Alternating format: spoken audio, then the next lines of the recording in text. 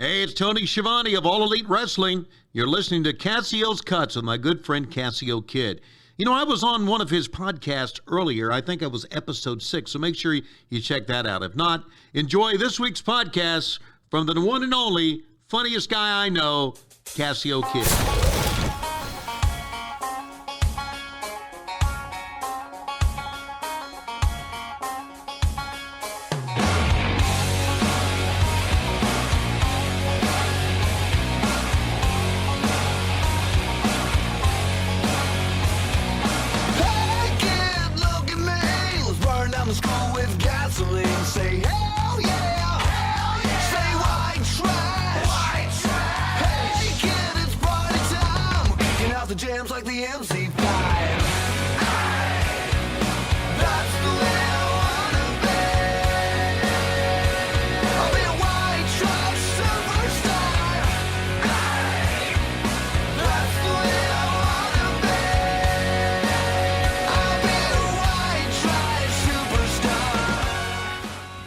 There we go. See? Well, that's official. That's new now. You know what's funny about this? I know you got to do your thing, and you know what? You got to do shit. But I got to tell you, man. You know that Warner Brothers cartoon where the guy finds the frog, and it's like, "Hello, my baby," and then he put it in the box, and they're gonna sell millions of tickets, and they can open it up, and then the frog goes. He just hops ribbit, right? That's how this conversation's going to go. We were so freaking funny for 15 minutes. Now you're going to ask me all these serious, dumbass musician questions, and I'm going to be like, Billy is great. All right. No, my first question. All right.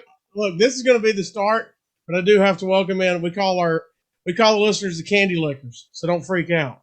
So what are you able to give it a what? The candy lickers. Oh, what did I sign myself? We are the candy lickers.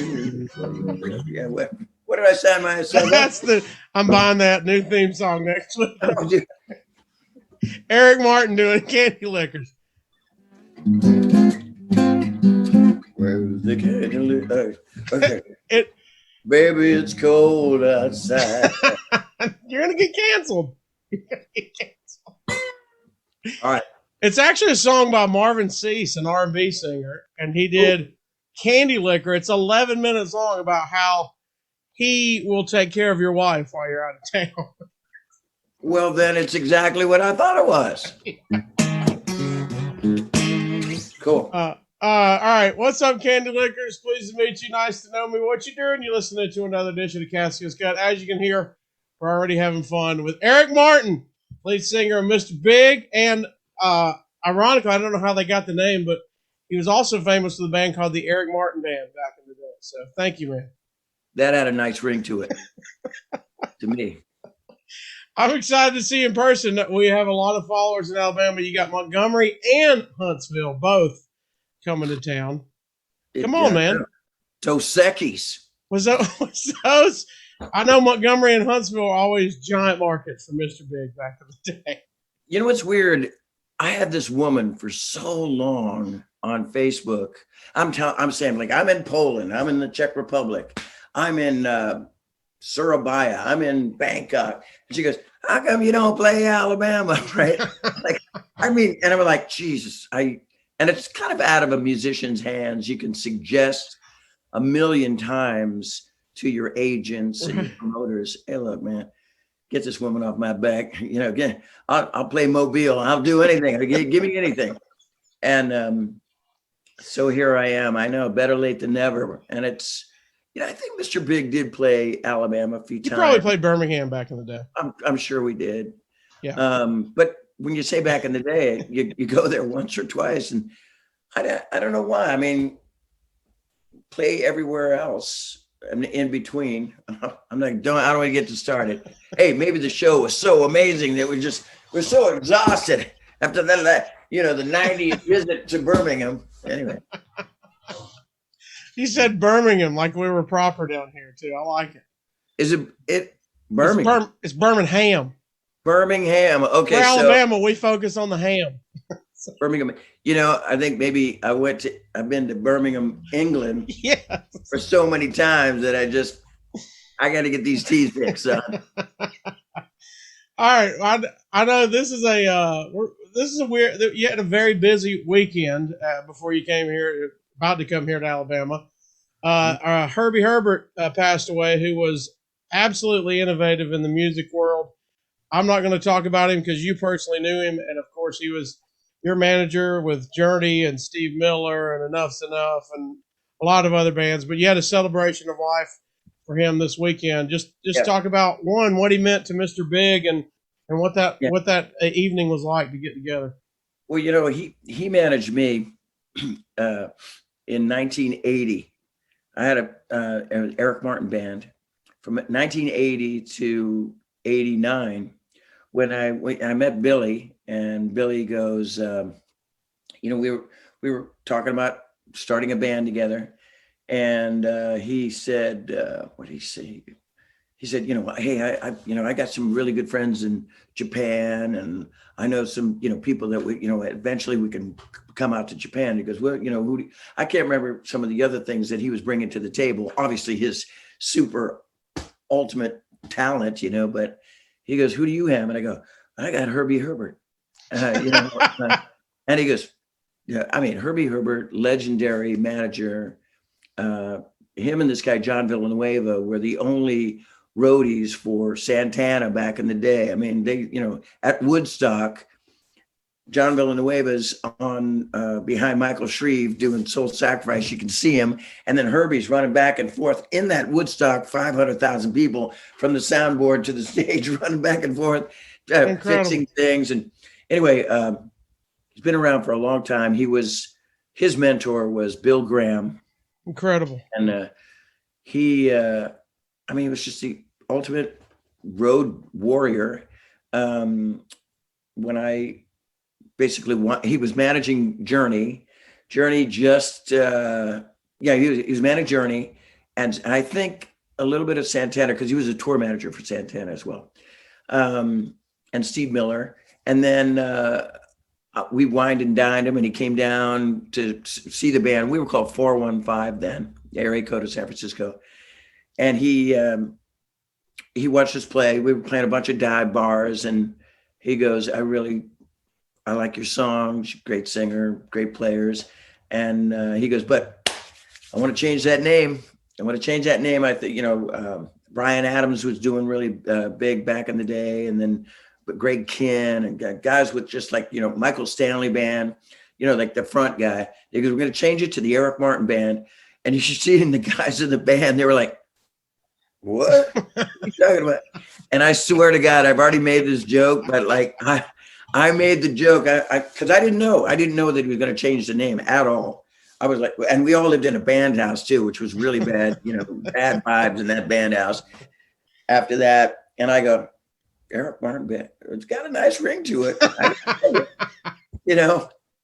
And anyway, and I remember Herbie, he was big on the slogans too. We're in his office, and he goes, the guys are getting up, and he goes, hey, don't let the door hit you on the ass on the way out, right? And they're like, and he goes, do you want a record deal? And I go, yeah. And he goes, then sit down. And he goes, it's just a name change. It's not a big deal. He's not the leader. And then I'm like, what you talking about? I'm the band name now. Yeah. Look, I wrote a lot of songs. I was this front guy, and it was called the Eric Martin Band. But man, it was a great rock and roll band. Granted, we were in the Bay Area, and our format, 2 guitar players, bass, keyboards, and a singer. We were kind of like Night Ranger light, and Night Ranger was in the town too, so we were like the poor man's Night Ranger or something, but a great rock and roll band. And then who knew, later on in life, John Nyman, guitar player for Y&T, Troy Laketta, drummer for Tesla, Dave Jacobson played with UFO. And everybody was talented. And then Mr. Big Mouth, yo. And so everybody was a talented member. We, Herbie, even years later, so I was with this, Eric Martin band thing for about, I don't know, 3 or 4 years. Then he got me a deal on Capitol Records. I was a solo artist. And then 89, managed Mr. Big till 2001.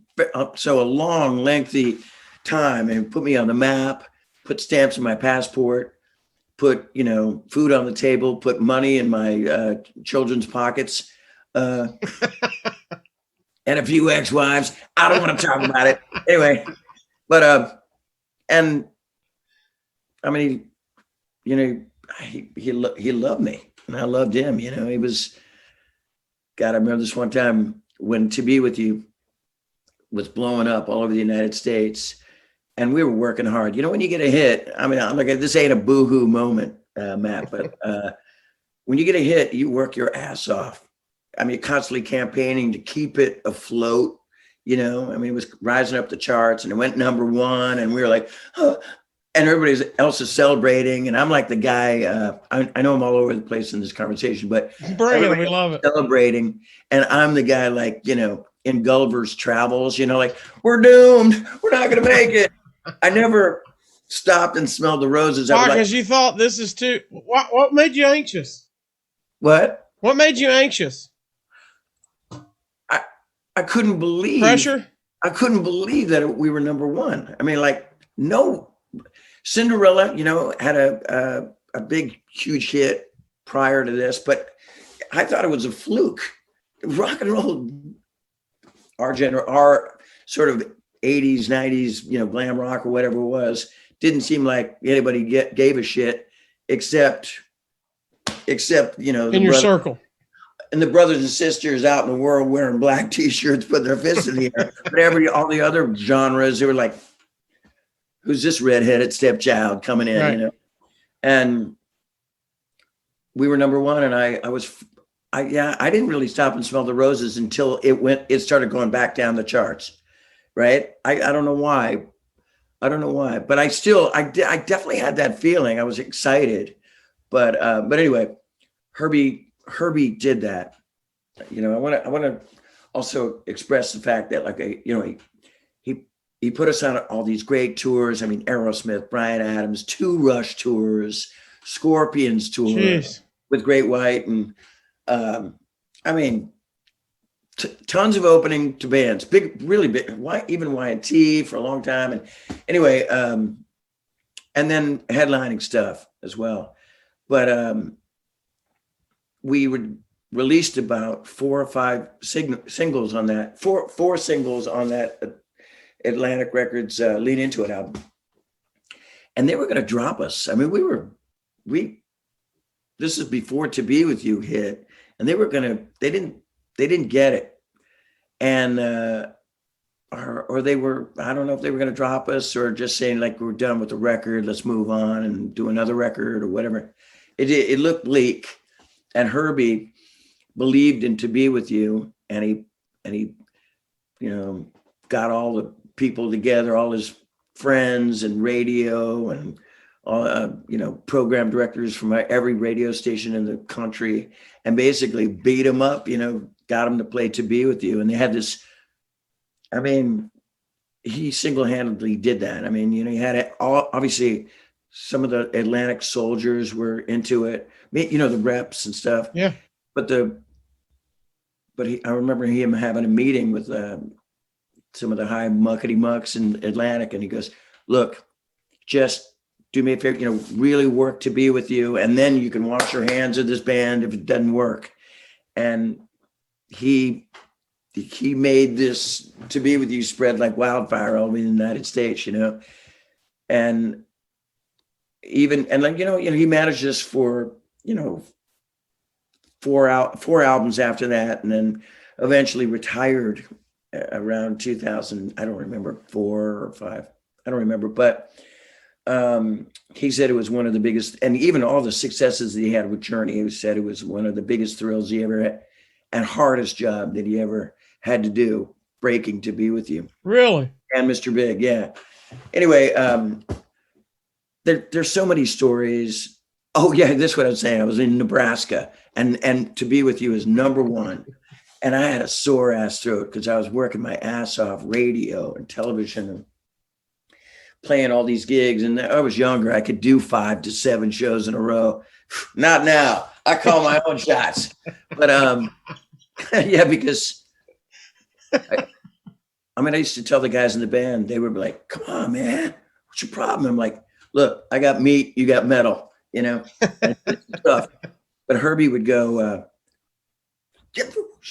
you know, he'd go, you get lemons, you make lemonade. Get out, just shut up and get out there. You know, he was pretty, his bark was worse than his bite, but he was the bark works though. A force to be reckoned with. So he was just a great guy and a great motivator, and he knew songs. He'd go, I mean, he was like a producer in a way. You know, I'd show him a new song and he'd go, too many verses, 2 verses, bridge. Oh, he'd go, don't bore us, get to the chorus, you know. Don't bore us, get to the chorus. And but anyway, he passed away, all kinds of, you know, got some lung issues and all that. There's more to it. I don't want to speculate on that, but he'd been in and out of the hospital for a few years, and he was fighting and fighting. I felt so bad for the guy. He passed away, and we had this celebration. A lot of speeches and stories from this guy Steve Parrish, who managed the Grateful Dead. Herbie was a huge Deadhead, huge, and so even like Bob Weir played last night with Pete Sears, bass player for Jefferson Starship. And man, I didn't even know this. Pete, he was like, hey, Eric, great job. I'm like, you know me? And I looked him up this morning. I'm like, shit, he played on two of my favorite records, Gasoline Alley and Every Picture Tells a Story, Rod Stewart. Hey, damn. And Long John Baldry, which is like one of the earliest great rock and blues piano players and singers.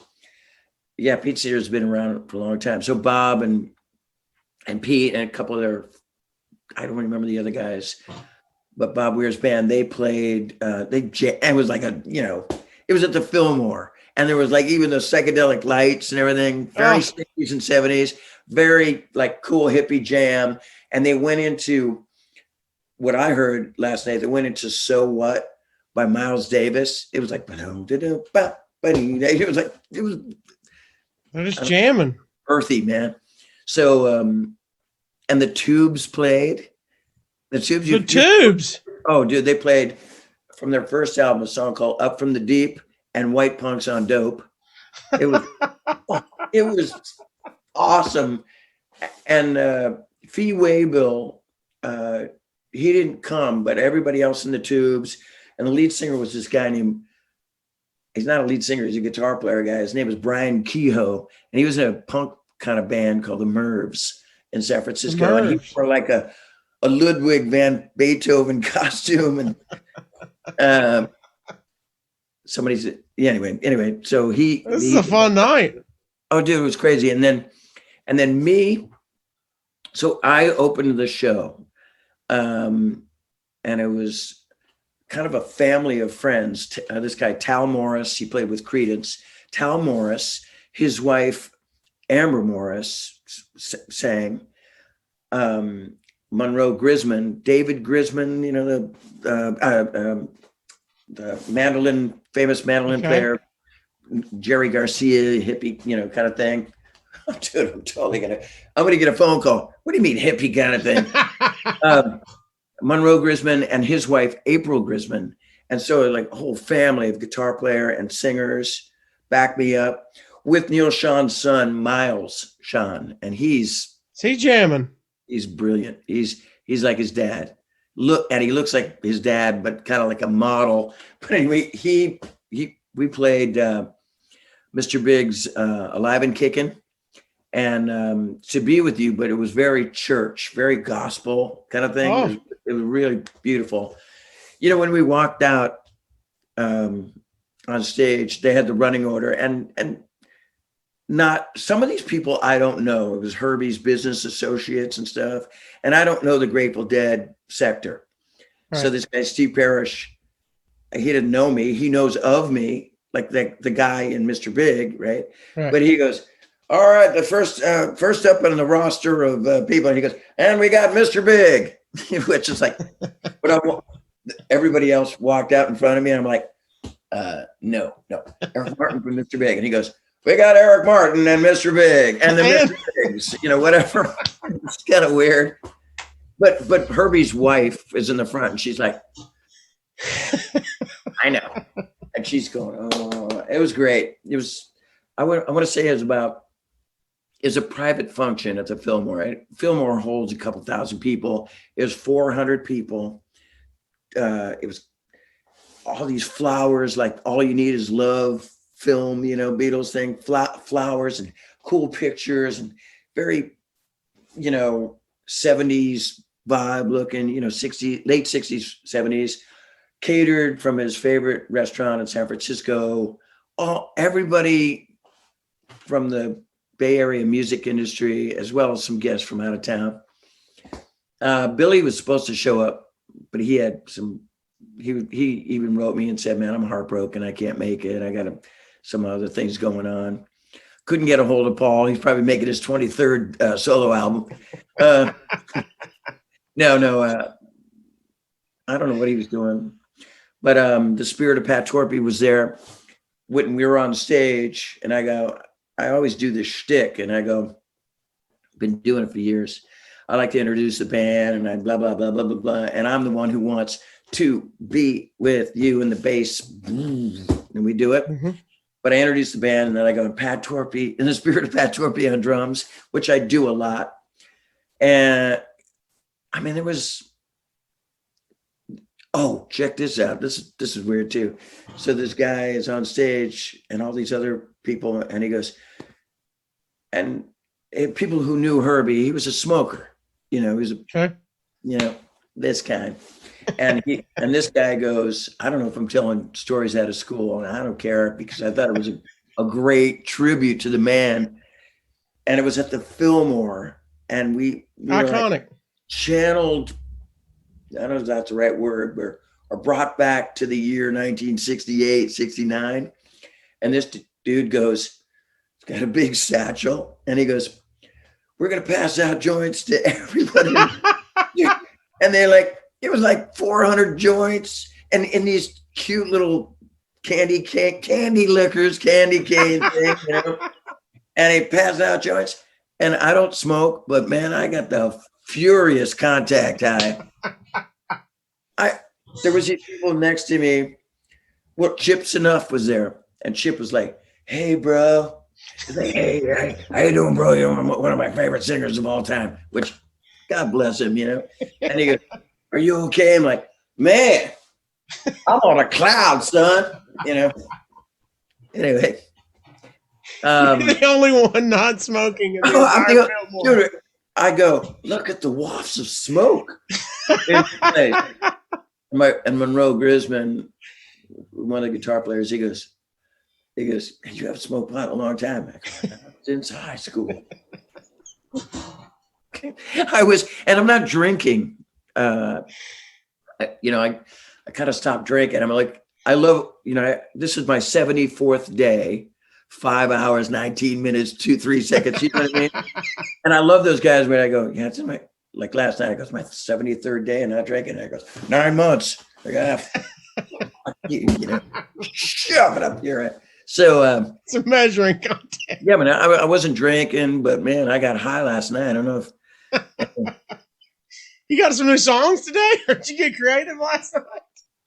Well, I did the performance first, but they go, oh yeah, and so the Tubes, Ross Valerie and Steve Smith played. They didn't do any Journey stuff, but they played.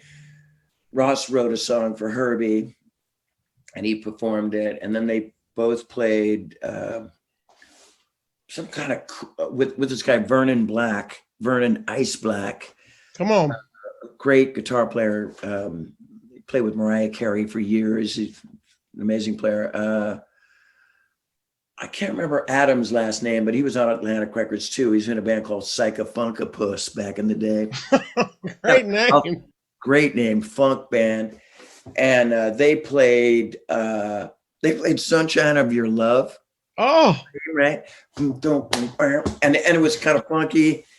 And Vernon had this wah-wah pedal going, and with the marijuana and the Mary J in the room, and flowers. Everybody, dude.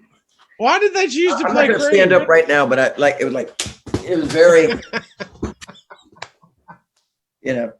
And so Sunshine 11, and then I started getting like, man, I gotta get up top.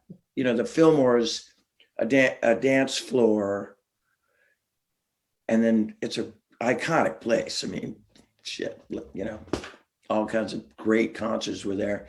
And then it's got a balcony, and I go, hey man, I gotta get to higher ground. I'm getting too much of this. I'm contacted by the spirits right now.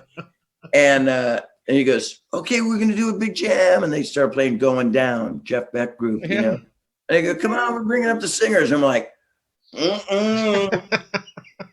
nope. You passed?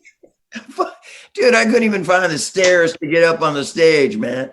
I wish that was... And first of all, there's only 2 verses in that thing, and you got a bunch of singers singing that same, like, big feet out the window, Come on, man. Come on. Hey, look. I just want to see pictures of you in the background stoned while everybody's singing Going Down. That's what I wanted to see. I remember this one time I saw this, it was a Popeye cartoon, and it was this snake. I talk about getting high, but that's what to say. It was like something was like smoke blowing in his face, and it was like implied that he got high or something. Popeye the Sailor Man? Popeye the Sailor Man. And then he took the spinach, and then he was okay again, but his eyes went like this. Like in a cartoon, like almost like tombstones. Like crosses on the eye. For madness will kill you, and that's what my eyes probably did look like. I was like, I'm not gonna make it. To be with you is now a 25-minute jam. That's what to be with dubs. Anyway. All right. I don't know where we go from that. Those are epic stories, man. That's an incredible night. It was a great night. And then Herbie also had a blues band that he played. He was a guitar player as well. Neil Sean taught him how to play the guitar. You know what a weird twist of fate. I didn't know this. Right before I went on stage, Miles goes, my dad didn't teach me how to play the guitar at first. My dad didn't show my first song. I was taught my first song by Herbie Herbert. And so when I got on stage, I introduced the band. I go, so what was that song that you learned from Herbie? Herbie was the first one to teach you how to play guitar. What was the song? You were like 12 years old. What was it? And he goes, ding, ding, ding, ding, like it's the Stairway to Heaven. The first song you ever learned. It was I'm sure people, look, we already had our big cry when Herbie passed. We right. all just the river of tears, But last night was, it was a celebration. I almost forgot. And I don't mean the high part, but I almost because of the music and the spirit, and everybody was happy in a way. I almost forgot what I was celebrating, right?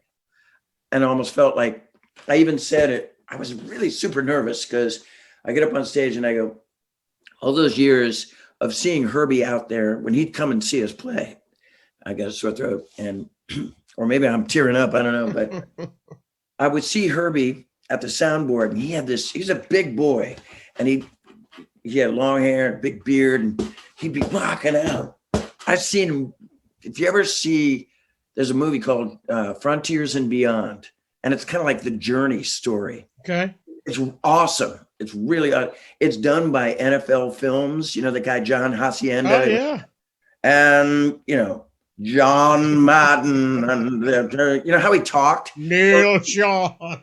And he goes, but he did like the Frontiers and Beyond. And he goes, and Herbie Herbert was a man. He was a Svengali for the, you know, it's an awesome movie. And it has this whole journey thing to it, but it mainly talks about the crew and what Herbie and John Villanueva did back in the day for Journey. I mean, they were the only guys, and then they went on to have 70 to 80 people on the road with them, you know, tour buses everywhere, trucking companies.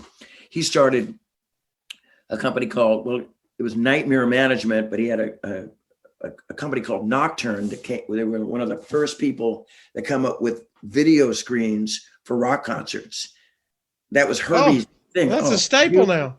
U2, Michael Jackson, David Bowie, in the beginning. Like I remember back in the day, I was like, oh my God, this is amazing. He made zillions of dollars on it. And you see that in the movie.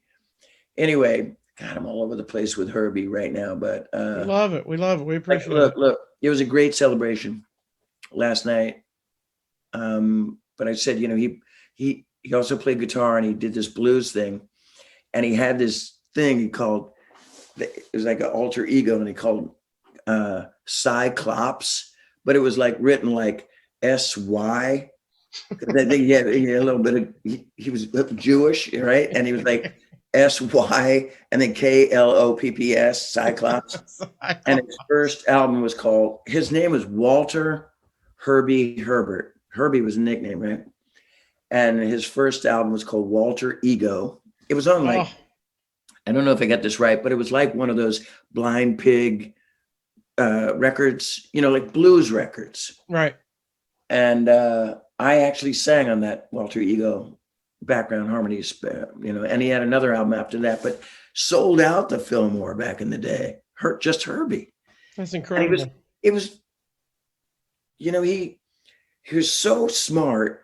He retained, or he soaked up everything. Neil Sean would teach him how to play guitar for a couple of years, and he wasn't as good as Neil, but he was great. And at an older age, like he didn't play guitar when he was a kid, you know. When was Cyclops? When was that all happening? I want to say that was in the 90s. 90s? Late 90s, yeah. I think so. No, I think, yeah, it was late 90s. And then went on to some of the 2000s. But another guy that played last night that played with Herbie, his name was Ralph Woodson. Michael Carabello from Santana, played percussion. Ira Walker, he was in a band called Billy Satellite. Super great country rock and roll band. He sang. There was a lot of Bay Area great people. Steve Perry didn't show up, or if he was there, I didn't see him. And Neil and Jonathan were in Las Vegas. They're doing a residency.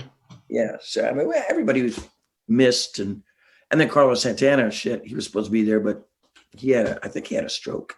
I think he had some health issue.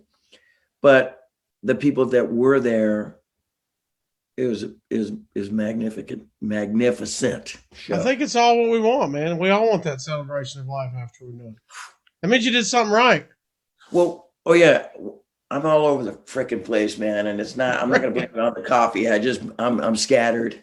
But when I was on the stage and I'm looking at Herbie's wife and I'm looking at the people and I go, watching all those years of watching Herbie rocking out on the soundboard, it always made me feel comfortable that he was there, because he was my number one fan, you know, our number one fan.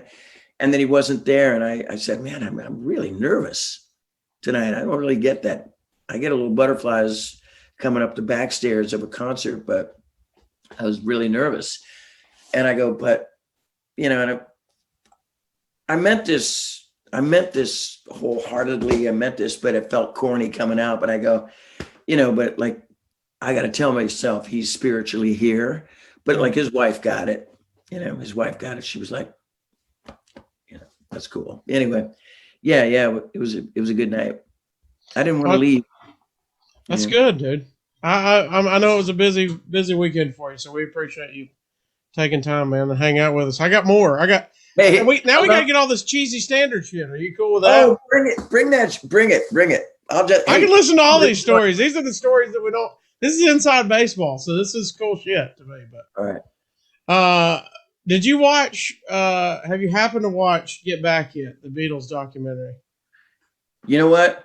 All my friends, I have a group thread of guys from the band Trickster, Chris Jericho, yes, wrestler Chris Jericho, a couple other people. They've all seen it, and they're all talking about it on the group thread.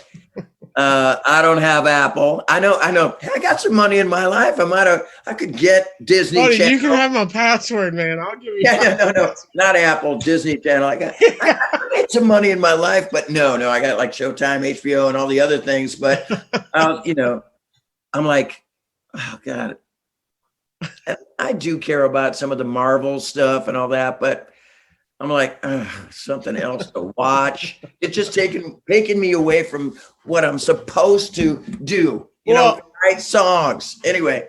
Well, that's why I brought it up. Because one of the fascinating parts to me of that documentary was them putting together songs, and everybody's different. Some people wake up, hum the stuff, and some people are writing it nonstop. And then to see some of my favorite songs in that documentary, particularly, where it's almost rubbish, and they just put it down and go, wait, I thought they thought about this for a long time. But my point was, how do you write? And are you like that? Are you a mumbo? Let's just sling it on paper. As soon as I watched clips of it, right? Yeah. And the whole, and that whole session was brutal. They looked like they were like not liking each other that much. They were not. And I fucking felt so bad for George Harrison, because he was like, I'm not going to do the accent. I'm not going to do the accent. My brother-in-law's Mr. Big's old tour manager, and he's our tour bus driver, and he's from England. And I go, "How you doing, right? I talk like this, mate." And he's like, Dick Van Dyke, don't do it. Don't do it there, Mary Poppins. But I watched it, and George Harrison goes, I wrote this song last night, and they're like, okay, what do you got? Oh God, it's brutal. It's Paul McCartney, John Lennon. I mean, God rest his soul, but I just want to, man, don't talk to me that way. John Lennon was a bit of he was a tough cookie, but they had issues, man. They had issues. I don't know what it was, but they had issues. But a lot of that, the essence of it, it's like that, man. The gauntlet of, I write a lot of songs on my own, and I also have a writing partner, this guy Andre Pessis, that him and I have written tons of Mr. Big songs. But when Mr. Big first got together, our first album, it was great. We all brought songs in and we worked on it, but it can be like, I got a song that I worked on for a week, and it's so awesome, and here it is. And God, I remember Billy Sheehan. He was my harshest critic, but in a way, I hate to say this, but he was right sometimes, whatever. He'd go, yeah, it doesn't kill me. Oh my God, it was like an arrow. You showed him your baby, and he said it was like an arrow, a dagger, a hangman's noose, a butcher knife. It pissed me off, but I'd go back to the drawing board so many times and go, right there. And I go, what about this? What about this souffle? Do you dig this? And he goes, I think you got something there. I'm like, you son of a. But that's a hard part of a band, being creative together, right? Oh yeah. Paul Gilbert, he'd go, how's this? And we go, oh, it's brilliant. You're brilliant all the time. Dude, he was he was a golden goose for a long, long time, you know. When did y'all make enough money for Paul and Billy to start wearing shirts? Because I never see them with shirts on until later in their career. That was a long time ago, dude. You'll never see that again, man. Everybody was cut. I never was ripped, right? I was a skinny guy. I was the guy that they kick sand in the face, you know, on the beach. And also I was too shy, you know. Everybody else, Pat Torpey, even as when he was getting old, like an old man, you know, not an old man, like, you know, when he turned like 58, he'd have his Mr. Big shirt right in the middle of a solo. And I'm like, oh, shut up. Shut He would always start sleeveless or tank. Oh, yeah, but he looked good. He was all like those indent things that I don't even look. Anyway, he had those things. And Paul was all cut and lanky, and Billy with the suspenders. And I was like, suspenders, bow tie, and shirtless. Come on. I'm like, jump into the fight. Yeah. And it's like y'all didn't even pack shirts when you went to Japan. Every Japanese store I've ever seen, no shirts. Oh, man. I know. Hilarious. This is one of the craziest things I've ever read on the internet. So I would love to get your take on it. And that is, Mr. Big is credited with the phrase, "We're big in Japan." Do you think that? I don't think so. I think we are big in Japan. Probably no, but I mean, we never said like that. They associate that with you. We did say, when you're this big, they call you Mr. And that was our T-shirt for a long time. Hey, you know what our biggest merchandising seller was? You'll never guess. And you're gonna laugh your ass off, but then you're gonna go, I can see that. So we had T-shirts, we had hats, armbands, we had everything. A condom. Mr. Big. What dude didn't want a condom that said Mr. Big on it, you know, back then? And it was like, yeah, I'll take 7 condoms and a T-shirt, please. My wife has enough's condoms. Enough's enough. So it's sort of kind of hit or miss. Yes. Look, enough's enough. We get it. Enough's Enough's first big tour was opening to Mr. Big. We took them out. They had a Greyhound bus. Did you know them before the tour? What? Did you know them before the tour, or are you just getting lumped together on the tour? No. I met them for the first time. It was like, you know, it was like the Bizarro Beatles. Like, you know, Superman, Bizarro World. It was like the Bizarro Beatles. They came out and was like kind of a cross between,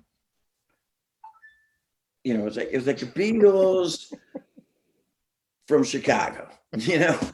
and they're all wearing this, like, they're all wearing these Beatle costumes, but I can't do a Chicago accent. It was like, hey, how you doing?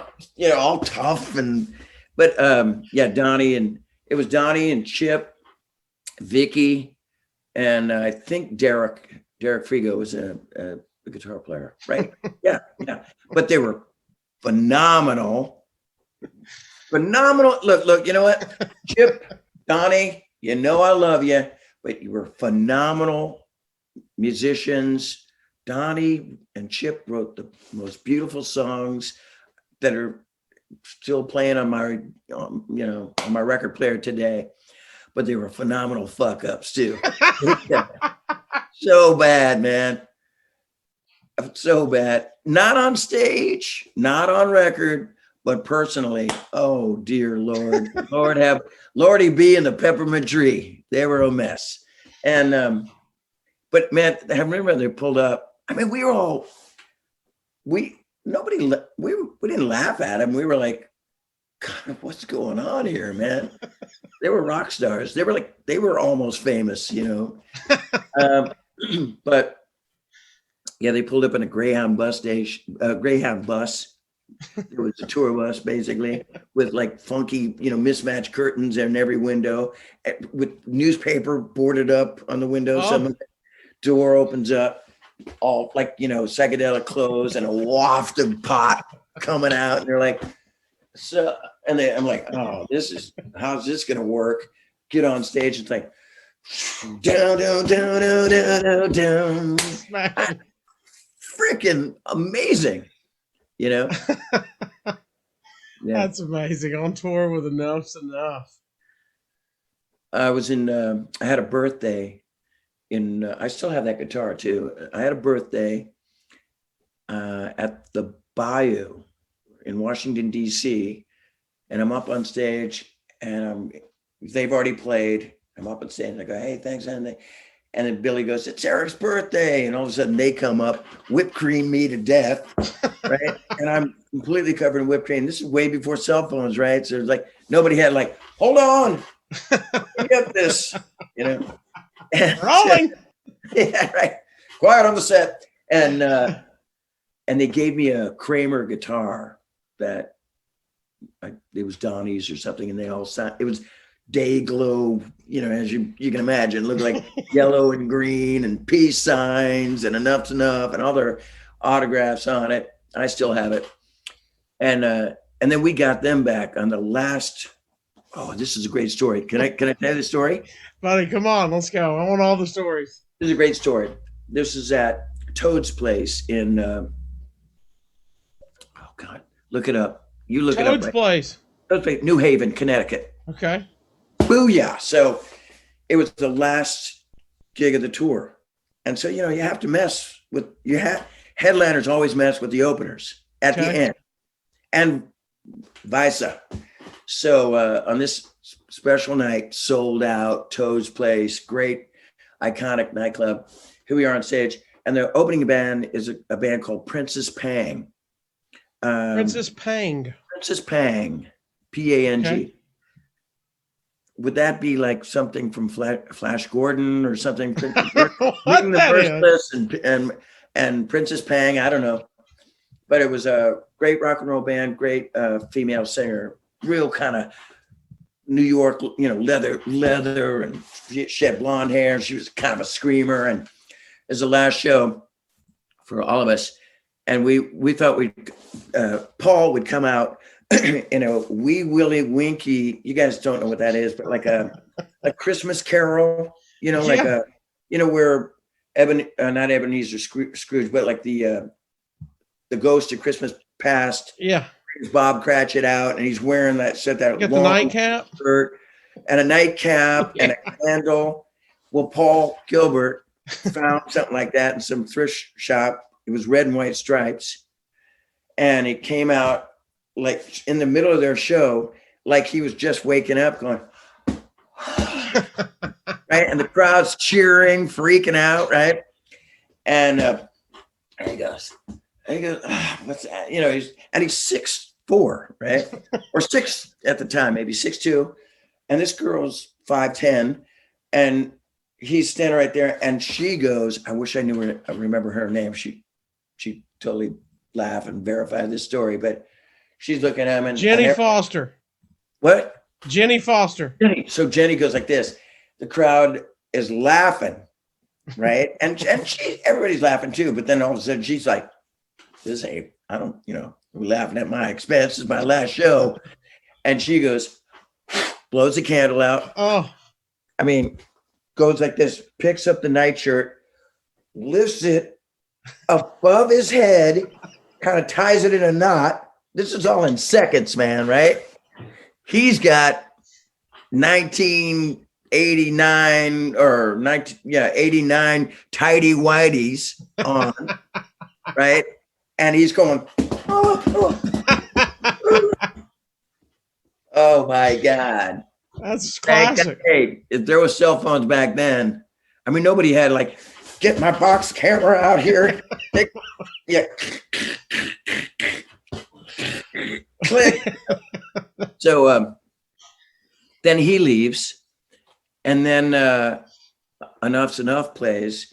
And at the end, and this is kind of just violent, but like we turn off all the lights on their stage and we put a bunch of flour in socks, right? We all, the crew, the band, everyone like, boom, boom, boom, boom, boom, boom, like that. And then the lights go back on and they're covered with flour and hair is all a mess. And I emptied out my sock and. This is like a jail scene or a army barracks scene. Yeah, exactly. I know. You can't handle the truth. You're beating them with socks so they don't bruise. Hey, man, with flour in them, that's what you did. I think Billy was telling me the story where Talus was opening to Van Halen. I hope I get this story right, and Eddie Van Halen and Michael Anthony or one of the guys came out and they brought a card table out on the side of the stage and they started playing cards like in the middle of their show. And the crowd's just looking at them and cheering and blah blah blah, and Talus is still working. They're working their ass off and everybody paying attention to the card. It's just what you do, I mean, oh my God. We got it. You mentioned one dude I want to circle back to because everybody that listens to this show is a fan of him, and a guy we mentioned before we started recording, Damon Johnson, of course, friend of the show, guest of the show. I joke that he's played with every band in America. Him and Dave Grohl have played with, I think, everybody. Easily. That's a pretty good group. Yeah, but how did you meet Damon along the way? Where was he at the time? Was he Brother Kane or jamming with somebody else? Well, I like Brother Kane. It's just like our bands, crossed in the night. We never got to see him, but he was in a country rock band for a minute. Oh, Whiskey Falls or something? Whiskey Falls. Yeah. They were great. And, shoulda, coulda, woulda made it. They did good, but could have been bigger. Thin Lizzy, Black Star Riders. You've known him for a while.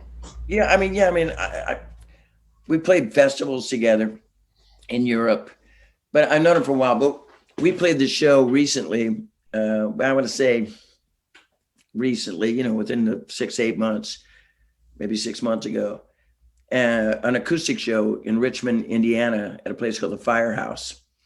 And man, I was all amped up. I was so excited because he opened and he was great. And oh man, he pulled it. Brother Kane, he even did Boys Are Back in Town on acoustic. The crowd freaked out. It was killer. I mean, he's a great guitar player, great singer, and a great storyteller, but everybody who knows this guy if you go, man, that dude is he's the sweetest guy you ever want to meet, or he's the greatest guy you ever want to meet. Everybody says that about this dude. Yes. Right? So I'm up on stage and I wanted him to come up, and I thought, okay, let's do Crossroads by Clapton. Yeah. But like a funky version. And the Firehouse, it's like a big stairs and the dressing room's up there. And I go, let's bring Damon Johnson out. The crowd's cheering, and it was a great crowd. And I don't know if you can hear me. And I don't know, this is my wacky side is coming out again. There was a band in San Francisco in the 80s. They were a punk pop band. They were called Pearl Harbor and the Explosions, believe it or not. Yeah, super weird. Punk, you can get away with stupid shit like that. But Pearl Harbor and the Explosions, and they had a song called Drivin'. And it goes like, I got my foot on the accelerator, driving, each guy in the band. Really kind of a cool, I'm only driving. I don't know what I was thinking, but I go, I got my foot on the accelerator, Damon. And I got the crowd to do it. And then he finally heard it and he's coming downstairs. And everybody's like, Damon. I say Damon. You say Damon. Damon. He's got it on film because he goes, he's filming me do it. And I go, get your ass up here, Damon. Come on now. And he like, put the camera down. I was outside my body and I was doing my thing, right?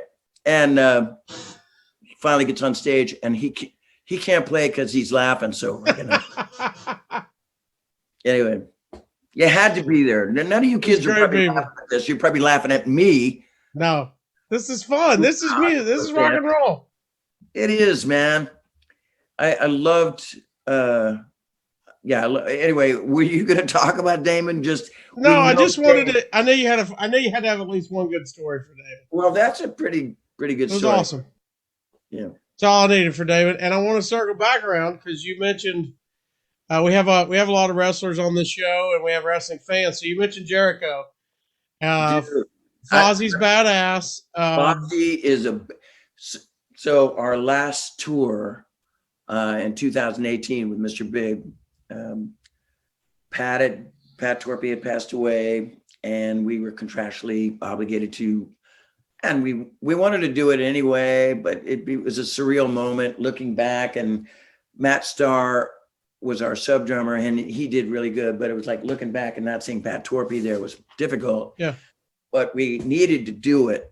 I'm glad we did it because I'm not saying it was therapeutic. It was just like maybe stop crying a little bit and thinking about it for a while. We played Australia with Extreme, and then we did a European tour, and we took Fozzie out as the opener.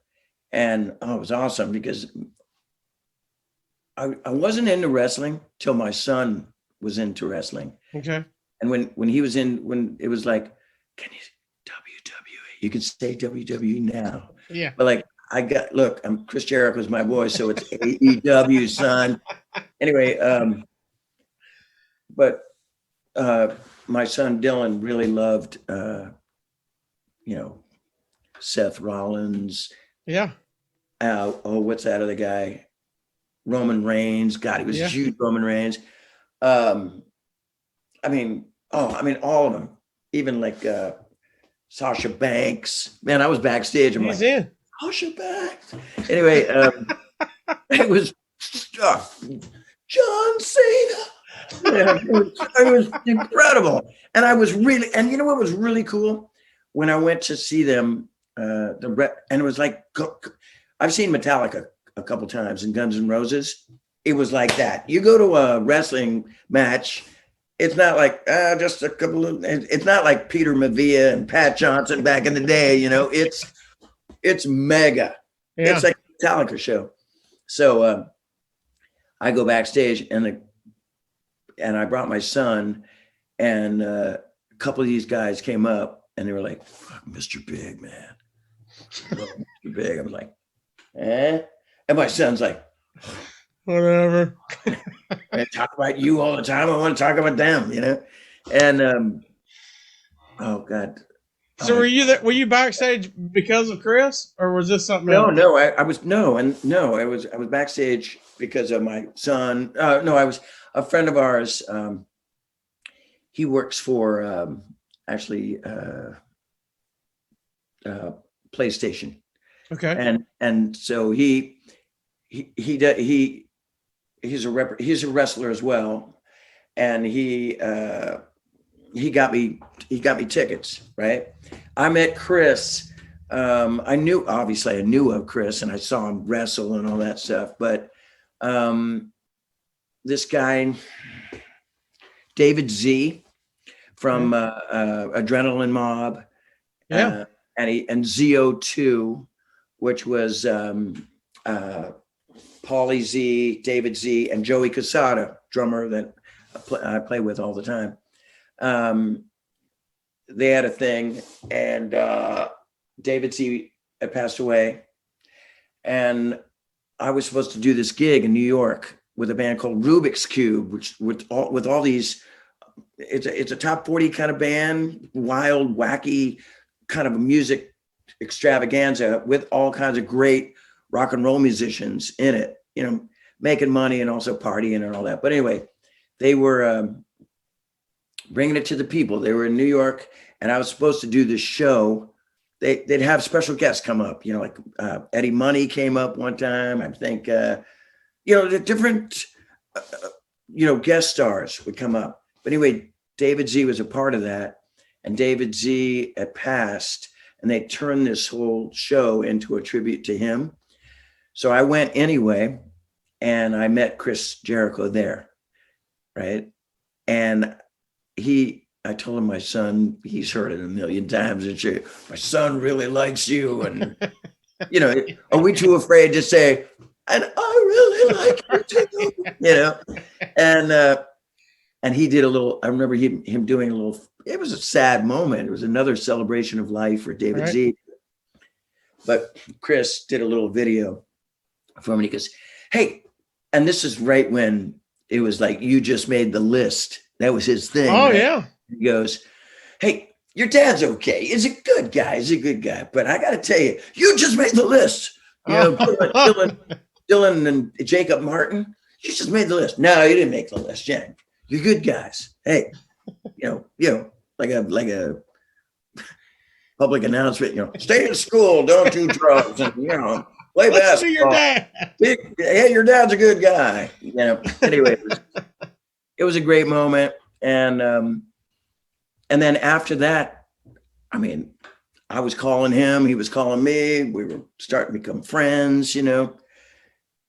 He's friends with everybody, man. He's another really super smart guy, a musicologist or an alcoholic. I don't know. No. He's gonna kill me. Wait, I got a new one to tell my parents. I'm a musicologist. No. Every time you see him on his podcast and stuff, like knocking back some Grey Goose. But he's got a good heart, and he's one of our dear friends. This is telling stories out of school, but our thread is called Gig Pigs. Gig Pigs Round Table. Yeah, so nobody can use it. Gig Pigs Round Table. It's just us. It's me, PJ Farley, Steve Brown, Joey Casada, and our fearless leader, Chris Jericho. Leader. It's just a bunch. All they talk about is Kiss constantly. Nobody talks about wrestling. Kiss is the running theme, huh? Kiss and Van Halen. Oh my God. Don't say anything about Van Halen. You can say anything you want about Kiss, but and we bust each other's balls. You know, it like, oh my God, it's hilarious. We're one guy was like, oh, I totally agree with you. Yeah, right. Hey, you're right, Chris. Wait, shut up, you teacher's badass mother, you know. We're all in a Gig Pig. They're gonna group. It's just not as cool as you. Oh, dude, this conversation that I'm having right now, this is what Chris will do. You know you're gonna do it, Jericho. You're gonna take pieces of this interview and you're gonna throw it back in my face. And he always alters my voice. It's like, he thinks I talk like this. Hey, this is Eric Martin from Mr. Big. He thinks I talk like that. So he goes, Mr. Big. And he'll throw it back in my face. Yeah, son. And there's our highlight for the show. That's it. You're talking shit to Chris. All right. You've been incredible with your time. I hope I'm not holding you. But the kids are gone. Okay. They're at the YMCA. I can do what I want. Okay. Well, when it's ready, you're ready. But I got two more things I just want to hit quick. Then we'll do the countdown like I always do. And then I can look forward to seeing you in town. Quick story, because I already mentioned it. I'm sure you're trying to rehash it a bunch of old stories. But you've mentioned it in another interview, and I would just like to hear it because I think it's cool. Cool snippet was you talked about you were in Toto for 2 weeks. 10 days, actually. 10 days. Yeah, 10 days. So this is Eric. Wait a minute. The shoe dropped. We've jumped the shark on this show. Could be my big break. Toto? Steve Lukather played on a couple of my solo albums. Liked me as a singer. Bobby Kimball, who actually I've played gigs with before, sharing the same stage with him. They weren't working out. They weren't seeing eye to eye. That's a nicer way to put it. And I was playing in San Francisco with one of the many configurations of Eric Martin Band. There's like Eric Martin Band 83, Eric Martin 85, Eric Martin 87, different members. And he brought everybody. I don't think Jeff came. I don't think Jeff came, but it was David Page. Boz Scaggs came too. It was like, whoa. Yeah. Because they all knew each other. They played on their records and stuff. And it was like, so the Toto guys all came up to San Francisco to see me. That was sort of like my audition. And I went to LA and I basically practiced with them for 10 days, and got to know them. And they got to know me. I was I was nervous for a few days, and then I was comfortable. And, probably put my foot in my mouth a couple times. Probably, because I think when I get nervous, I get a little sarcastic, couple glasses of loudmouth soup. I might have, I think Jeff thought I was green. Like I was, I had a couple records under my belt, but these guys were seasoned players. And they already had some big, some success. I mean, hold the line and all that shit. So, but and he also probably thought I had two glasses. One, hey, it's in Steve Lukather's book. I can't really hide it, but we went me, Jeff, oh God, David, a couple of the other guys in the band. Went to see Jeff's father play. He was a session guy, play at this club, and we're sitting there and we're watching, and so a couple of the members of Chicago, some jazz folks, they're all in the jazz world and stuff. Mm-hmm. And there's a carafe of wine on the table, and everybody's sipping from it. But I might have had 2 or 3 sangrias too much, and I'm like probably feeling a little way more comfortable than I should have been, and I was like, what are you doing? Blah, blah, blah. The words came out wrong. I have no idea. I don't even remember, right? And the next couple of days, we went to a restaurant, and I want to say it was Michelli's restaurant in LA. And it was the weirdest thing. I practiced with him, and I sang Hold the Line. I sang Africa. I sang all the shit. I was the shit. I felt, I look back on it now. I probably didn't have that much of confidence, but they were saying that I was great. And I was like, okay, I believe you. And I did it. So here we're at Michelli's, and we're all sitting in this red leather sort of swivel back couch. Okay. And there's a table. It was like one of them swanky Italian restaurants, but swanky, like a mob hit. Dark, red leather. Yeah. Shady shit happens there. It was like kind of vibe. And some, what'd you say? Shady shit goes on in there. Shaggy, sketchy, pinky, diamond ring, espresso. Oh, the espresso guys. The espresso guys. Nice. Yeah, so we're all, the whole band is in this couch. I'm in the middle. And they're like, we just ate, right? And each one of them went out to have a smoke, or 2 at a time. Do you know what I mean? Gotta have a buddy to talk to. Almost like it was a mob hit, but they were deciding on my fate. Oh. Wow, I got a whole movie going. So, and they all came back, and Lukather loved me. I was that was a big in for me. He loved me, and I really loved him too, man. He's so funny and such a talented guy. And I felt like I was right. I was in my prime too, man. I was like, my balls hadn't dropped yet. I was singing so freaking high, man. Hold the line. I was killing. And everybody was there, and Jeff wasn't there. He had left. And then his brothers left. And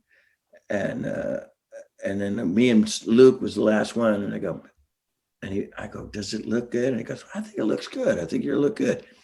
And then I didn't hear from him for a couple of weeks.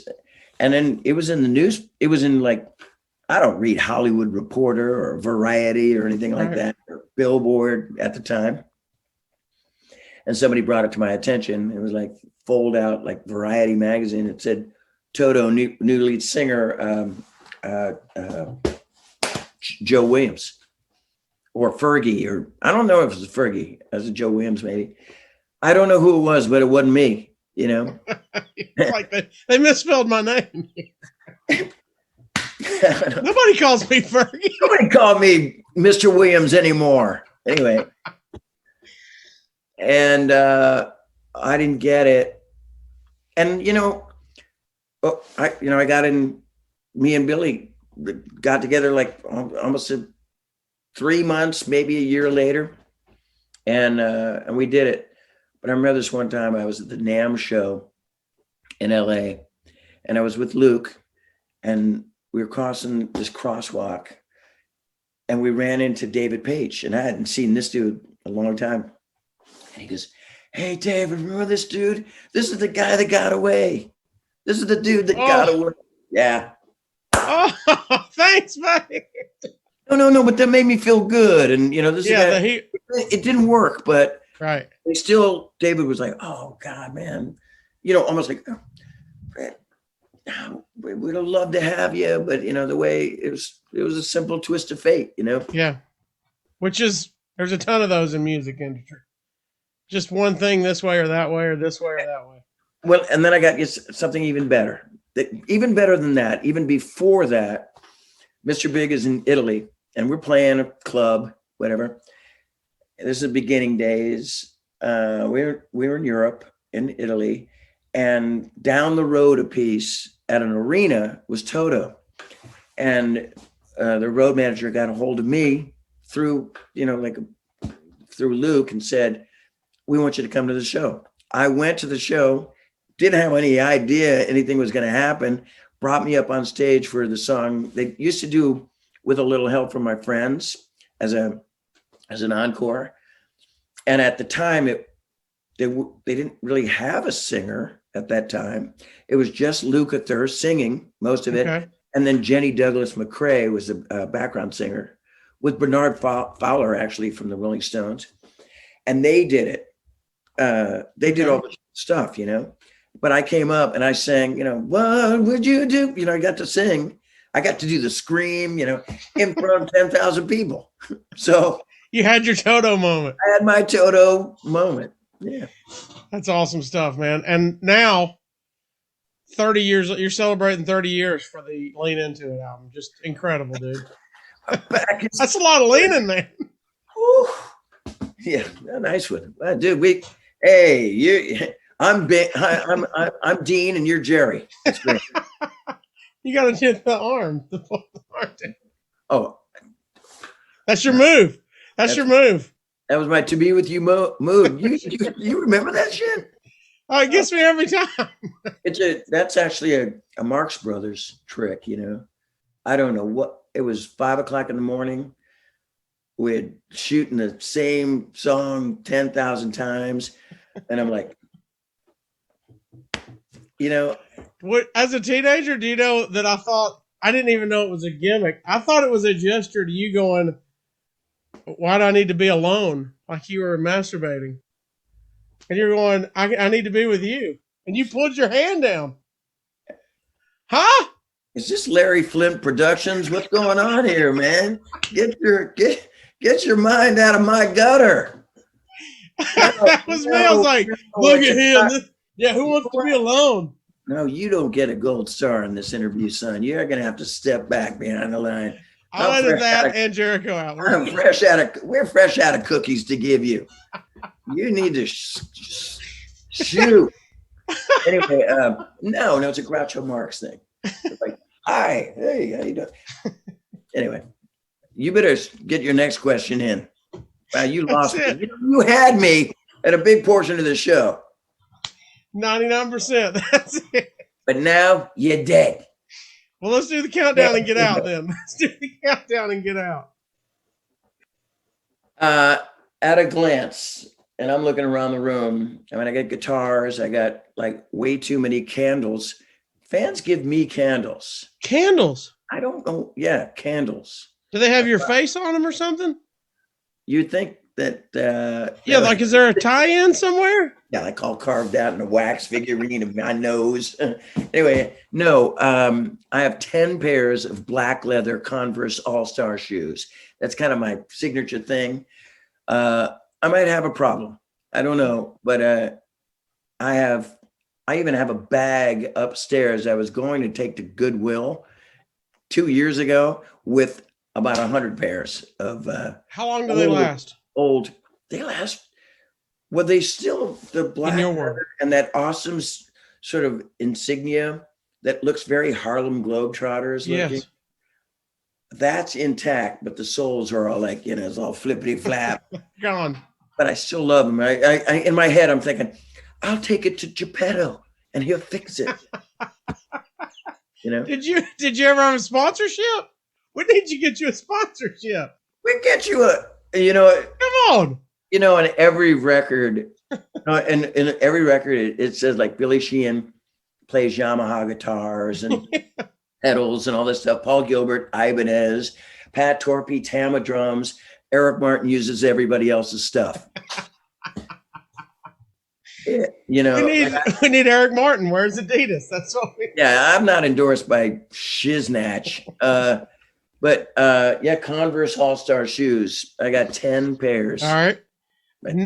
9, German word for no. Name something you wish was no more. Something you could write off.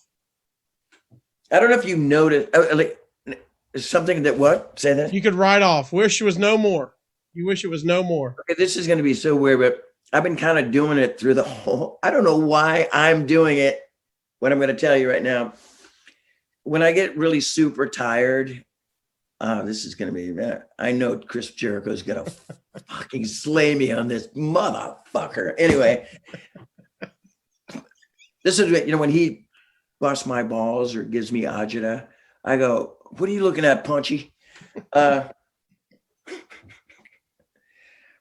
I have this little twitch when I get really tired. I kind of, a neurological thing. I don't know what it is. I'm not afraid to say it because I do it all the time. I'm always jet lagged. I get it sometimes. It comes and goes. I don't know what I'm fucking doing now, but I was on the road with Aerosmith years ago, and they were about ready to do a sound check, and I came up to Joey Kramer, and he goes, he had the same kind of little tick, and I go, look, man, I'm sorry to bring this up, and I feel so weird saying this, but man, I got that same thing that you do, man. It's like, you're tired. And he goes, oh, this? No, Steven Tyler. Anyway, that's my story, and I'm sticking to it. That's what I wish I'd like to get rid of. Anyway, you thought it was going to be like some kind of, social media or something. I thought you were a bad driver. No, it was a twitch. It's this twitch that I got, man. I was going to say wives. Anyway. Okay, that's. I'm gonna chop it up. I have succeeded. All right, number 8. When you go out, what you want the last thing you ate to be? What's your last meal? This is my answer. So something that's not going to give me heartburn in the hereafter. I was about to say you're going out. You're still worried about heartburn. Yeah. Which is what? Spicy stuff? What is it? Everything. I thought my joke was awesome. but now you got to get specific. Okay. Oh my God. Enough of the disposition. I got it. Dude, are you the representative bumpkin of Alabama right now? Yes. God, when somebody gives you brilliance, what would be my last meal? I guess it would be No, I wanted to know what gave you heartburn more than the meal now. Italian heartburn. Okay, done. Yeah, some mama's sauce. Probably. Okay, 7. When you were 7 years old, what do you want to be when you grew up? Well, my dad was a drummer before he joined the Army. I learned how to play the drums. I wasn't that great. I could have been pretty great. My dad was, that was a pretty high bar to get to, but I would eventually got there. I like when I tell people that my dad was a drummer, people go, "Oh, now I get it," because I'm pretty hard on drummers. Not Pat Torpey. I could never. Pat would go toward those sticks, and he'd go, "Really? You want this to come flying in your direction?" All drummers, drummers and singers, we get along, but they're. I don't want to, how many times singing and going, really? This kind of thing. Speed it up. Oh, drummers hate me. Anyway, I wanted to be a drummer, big time. And then I settled for singer. Who knew? Pretty fair trade. Pretty good settle. 6. How do you want to go out? I don't want to die. Ever? No, I don't want to die. I want to be like Dorian Gray or Tom Hanks from the Green Mile movie. Okay. Just like the vapors come out. Like Mr. Jingles, the little mouse. I don't want to die. I want to live to. I think I can handle it. I mean, I don't know if I could handle seeing my children pass, but you don't want to be frozen and come back. I want to live as long as my children live. In a way, I'm an older father. I'm in my 60s. They're 17. I don't know. Now we're getting all. I don't want to miss anything. Like I tell my kids all the time. They go, "Dad, do you think I'll ever get married?" I go, "Well, I'm begging you get married like when you're 15 because I want to be there." Okay. 5-finger discount. What's the last thing you stole? I never stole anything, but there's always a story. Allegedly. When I was, hey, there's something missing from this fist right now. When I was a kid, around 15, 16 years old, I ran with a kind of group of people, little unsavory characters. There were, junior criminals, and they talked me into breaking into a house, right, in the 70s, and they broke into the house and they stole some money with it, which ended up being a coin collection. I couldn't believe it, but I was the lookout. I was standing in front of the house, like a little kid, and I was a lookout for the cops, and you heard a siren coming down the street, and I'm still standing there looking out. I don't even like what's that noise, and all the criminals. Well, I get to that. All the criminals ran out the back door, and I got caught, and we went to the judge. And the judge sentenced me to a month in juvenile hall. And my mother goes right to the judge. He was saying something about the criminal, and my mother was like, "Oh, this one, he's a professional accessory to the crime." And I'll never forget that. And then she turned, she goes, "Pathetic." I remember that. And I went to juvenile hall for a month. And juvenile hall, man, this is you're in there with some messed up people, and I was scared straight like nobody's business. That was it. Oh my God! And I was maybe just turned 16. Never did a bad thing in my life. Never lied. Never, well, no, never did a illegal thing in my life after that. Yeah. That's crazy. That's a great story. 4. Give me 4 toppings on a perfect pizza. Shibbity dabba bubba. What'd you say there? 4 toppings. Oh yeah, on okay. a perfect pizza. My Italian friends will be giving me the stink eye on this, but ham, pineapple, mozzarella, and jalapenos. Jalapenos on it. Nice. Ooh, girl. Yeah, I love it. I do like the spicy stuff, but yeah, if I have I don't just have Italian American friends. I have Italian friends. They would be like, "Cosa fa? Jalapeno." They would be like going, "You guy, slow." It's like, you know, that scene in Godfather. Luca Brasi sleeps with the fishes. Eric Martin sleeps with the fishes, you know. And don't tell them you want pepperoni. They don't do pepperoni either. They don't do pepperoni. I don't. No.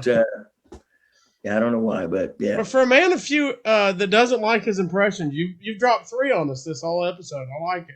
I'm feeling comfortable. Pretty soon, I'm not drinking right now, but like the sarcasm's gonna. Well, I called you a bumpkin. I can't believe it. Your followers. But at least I was resident bumpkin. I can take that. Number 3, 3 items on a deserted island. You could listen to forever. I could. Jimi Hendrix smash hits. Okay. I'm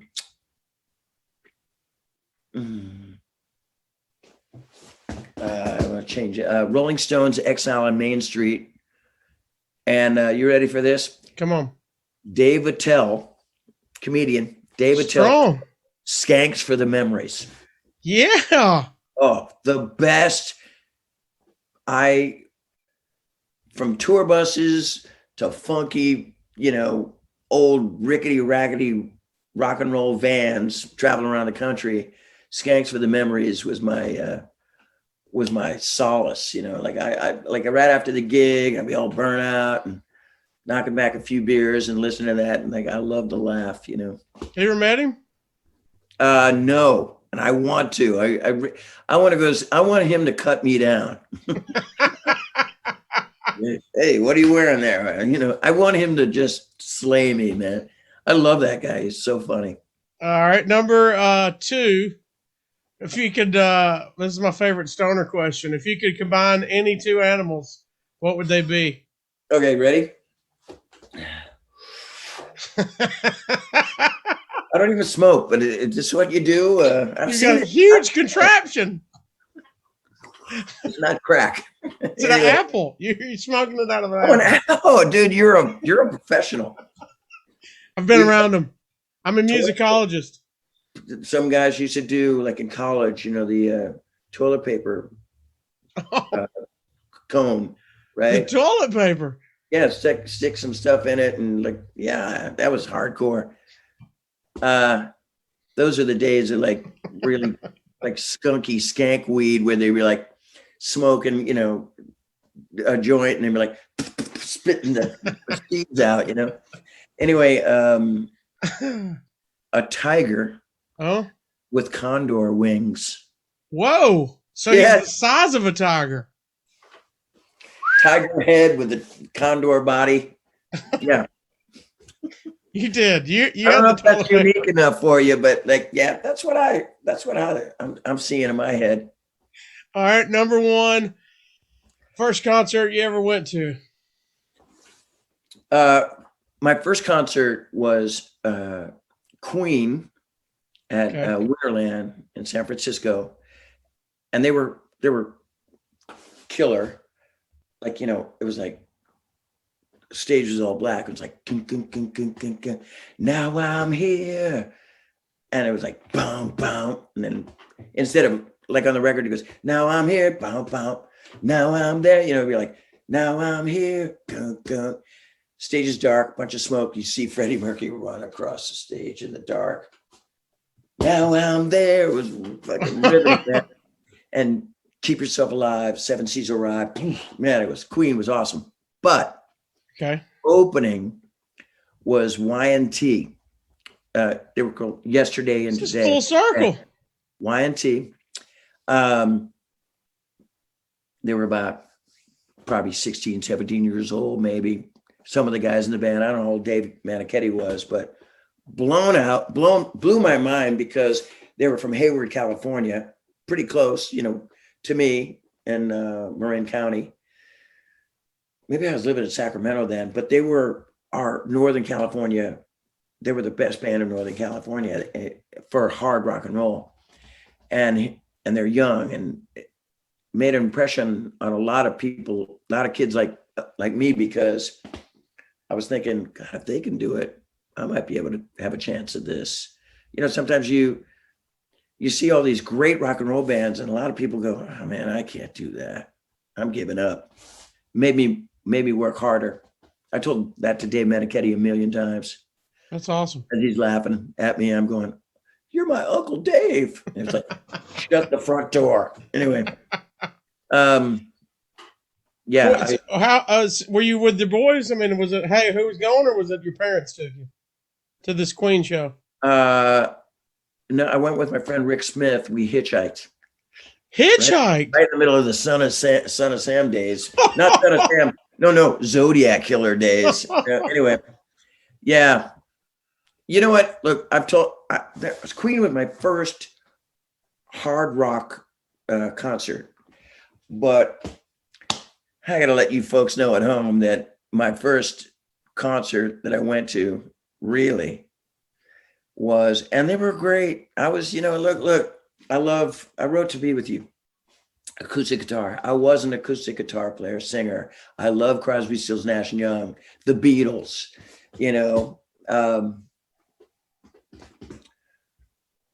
Joni Mitchell, Bob Dylan. I named my son Dylan from Bob Dylan. I'm a folkie when I was a kid.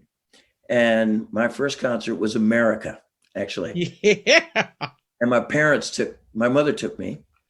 And, but, I was a folkie, but yeah, I mean, it was also, I had this rocker blood, There was another band that I loved back in the day. They were called Earthquake. Got to look them up, man. Earthquake. Their version, they're from Berkeley, California. Their version of Friday on My Mind by David Bowie, and Gary Moore did it later on in life, but Earthquake version, look it up on YouTube, Friday on My Mind. Every musician, and I'm blowing it now because I wanted to do their version at one time, but every musician I know or that I don't know will listen to that and go, we got to do that in our band. Trust me, you're going to love it. Anyway, I went to see America, and they were wonderful. I had this girlfriend, Vicky Kilpatrick. We went together. My mother drove us. Vicky was in there. I said, I got to the bathroom, and I went to the bathroom, and the opening act was this woman named Wendy Waldman, and she was really good too, and easy on the eyes. I was a kid, man. But she was in the foyer of this, it was at the Sacramento Memorial Auditorium. And she had a guitar case. She was dressed like Stevie Nicks back in the day, like a lot of frills and boas and all that stuff. Guitar case, a music stand, and a bunch of music. And she dropped music on the ground. Everybody's in there ready to watch America. And I'm helping this woman pick her stuff up. She goes, will you be a dear and walk? I could quote this because this is part of my evolution, life, And she goes, will you walk me to my car? It wasn't really a car. It was like a VW microbus, right? And I take her, I take her music. I had her guitar, and I brought it out to the, and she kissed me on the cheek. And I was like, I mean, yeah, I might have had it, I got all warm and fuzzy inside. And then I went back, and I was like, hey, this rock, it was my first concert. Life change. I love this life, man. Is that the perks, walk back. Vicky goes, where were you? I'm like, I didn't want to tell her, having a life change. you know. All right. And what's the most recent concert you've been to as a fan? I mean, like, you know, most of my gigs are playing the gig. Right. But my last concert I went to, and it was a while ago, is at the Mystic Theater in Petaluma, California, to see Y&T. There's a picture of it somewhere. This friend of mine, Kat Owens, is a photographer, and she captured the moment. The fans of Y&T, they know who I am, not because I'm a performer, because I love the fans. I'm a major Y&T fan.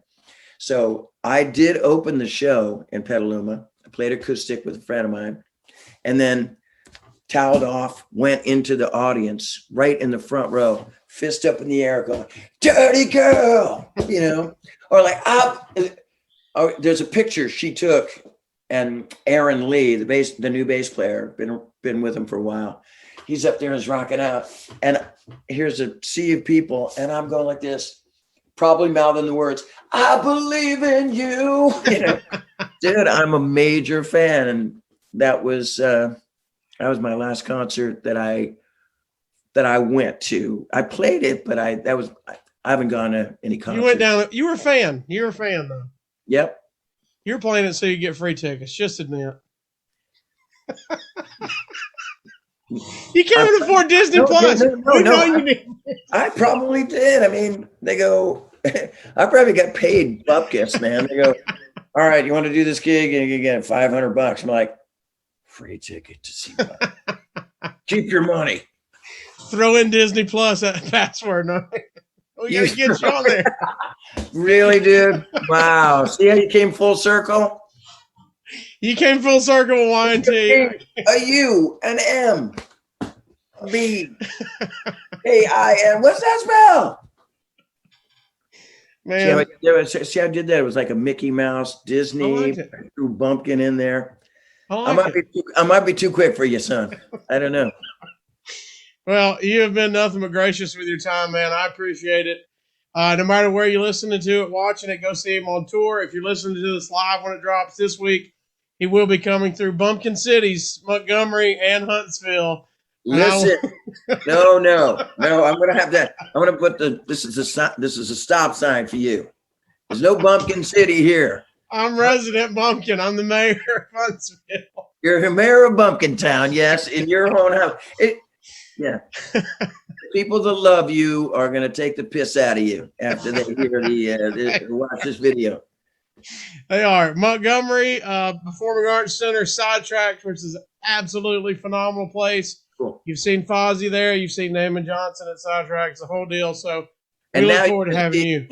And now you're going to see Eric Martin. And on that show is going to be a guitar player that I played with for years. His name is Mark Hawley. And he's actually from Alabama. He grew up in Alabama. Grew up in a bunch of places, but he's from Alabama. And then Ben Hands is playing percussion, and he's a Kiplinger's guy. So, and we've been doing this for a while. We got it down. We're playing a bunch of Mr. Big songs. There's going to be plenty of comedy. There's going to be. Please, I encourage you to have a couple libations, some little loudmouth soup. I won't be partaking, but I'll be throwing quips and silver tongue devil shit at you. Is Tony opening with you as well? Tony Harnell is on it. Yeah. Love Tony. God, I should have mentioned Tony right off the bat. He's a great, oh my God. I meet the guy first as just like, oh, what a nice guy. What a cool. And then the voice comes out like, oh man, I'm going to have to be cool now. Like, hey bro, what's happening? And like, he starts singing. I'm like, hey, Mr. Harnell, I really appreciate your music over the years. Yeah. He's 1,000 lovers in one, baby. Come on. TNT, man. All right. We're absolutely phenomenal time. Thank you. One of my favorite guests I've had on, man.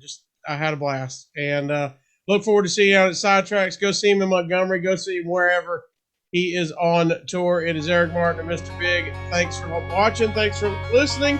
Everybody stay magic.